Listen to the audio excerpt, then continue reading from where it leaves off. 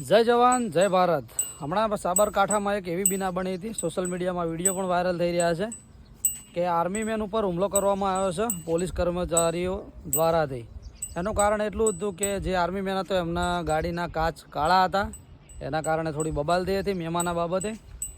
એટલે થોડો મેમો ના આવ્યો એટલે થોડો આર્મી મેનને મારવામાં આવે છે। તો મારા તમામ મિત્રો નમ્ર વિનંતી છે કે આપણે આર્મી મેનને સપોર્ટ કરવાનો છે, કારણ કે ઘણા એવા પોલીસ સ્ટેશન હોય છે, ઘણા એવા પોલીસ કર્મચારીઓ હોય છે જે એમની ગાડીમાં નંબર પ્લેટ નથી હોતી અને કાળા કાચવાળી ગાડીઓ પણ હોય છે।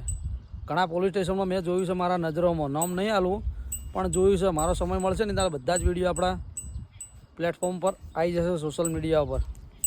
એટલે આપણે બીજું કોઈ કહેવું નથી, તો આપણે આર્મી મેનને સપોર્ટ કરવાનો છે। કોણ કોણ સપોર્ટ કરે છે કમેન્ટ કરજો અને વિડીયો તમારા મિત્રોને શેર કરી નાખજો અને કમેન્ટમાં જય જવાન જય ભારત લખવાનું ભૂલતા નહીં, કેમ કે જ્યારે દેશની સુરક્ષા માટે આર્મી મેન છે તો એક આપણા દેશમાં ગુજરાતમાં આર્મીની કેમ